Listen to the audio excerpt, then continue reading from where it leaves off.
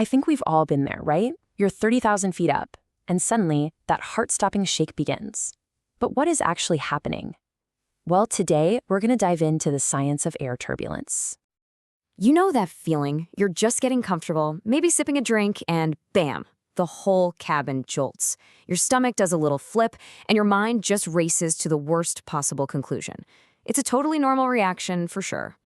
But here is the single most important thing to remember in that moment, the one thing to repeat to yourself. The plane is not falling. Nope, it's doing something completely different, and it's something it was actually designed to do. Okay, so if it's not falling, what is that sudden shake? What's really going on outside your little window when everything starts to rattle? I absolutely love this way of looking at it. Instead of picturing a machine struggling against the weather, just change the image in your head. Picture this. The plane is just surfing.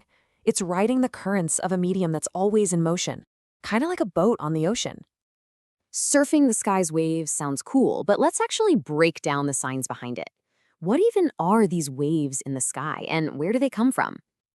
At its core, turbulence is really just unstable air.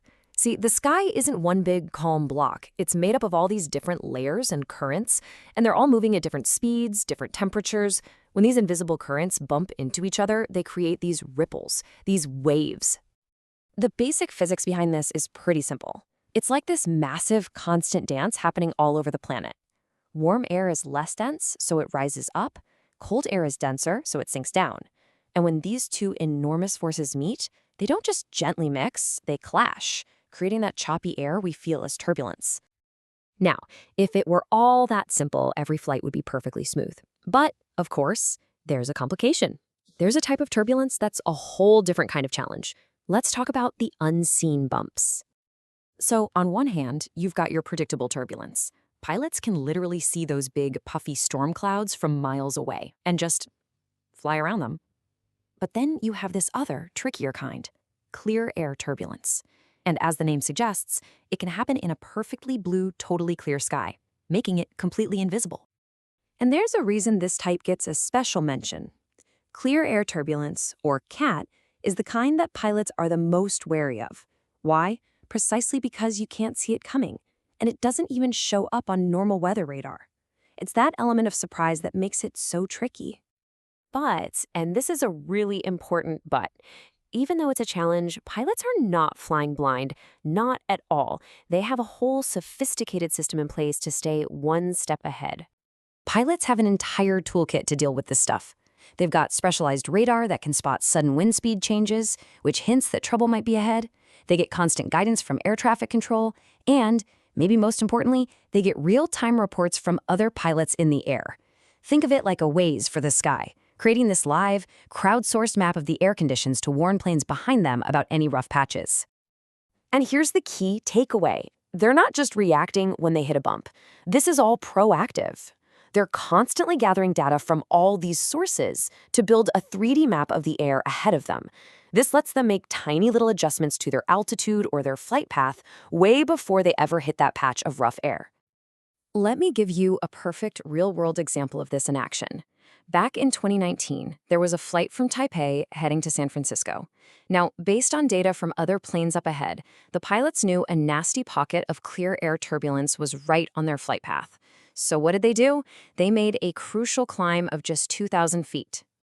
They made this tiny adjustment a full 3 minutes before they would have hit that turbulence zone. Now, 3 minutes might not sound like a lot when you're on the ground, but when you're traveling at hundreds of miles an hour, it's an eternity. It's the difference between a bumpy ride and a smooth one. And the result? The plane just sailed smoothly right over that pocket of rough air. The passengers? They probably never even knew that a major jolt had been so expertly avoided right under their feet. This kind of thing happens hundreds of times a day all around the world. It's the system working exactly like it's supposed to. So let's bring this all back together. We've talked about what turbulence is, how it forms, and how pilots masterfully navigate it. So really, why shouldn't you worry? Because that shake you feel, it's not a sign of danger. It's actually a sign that the plane is doing its job. Modern planes are incredible feats of engineering. They're built with a ton of flexibility. If you look out the window during turbulence, you can literally see the wings flexing up and down to absorb the bumps. What feels so dramatic to us inside is, for the airplane, just another day at the office. And that brings us right back to that powerful idea we started with. The plane isn't fighting the sky. It's working with it. It's adjusting, it's flexing, and it's riding the currents. So the next time you feel that jolt, just remember, you're just a passenger on a board being expertly ridden by a pro. And that's really what it's all about. Knowledge changes how we see things. Understanding the physics and knowing about the incredible skill happening up in the cockpit can turn a moment of fear into a moment of, well, awe. So the real question is, now that you know the rules of the sky, is your next flight going to feel different?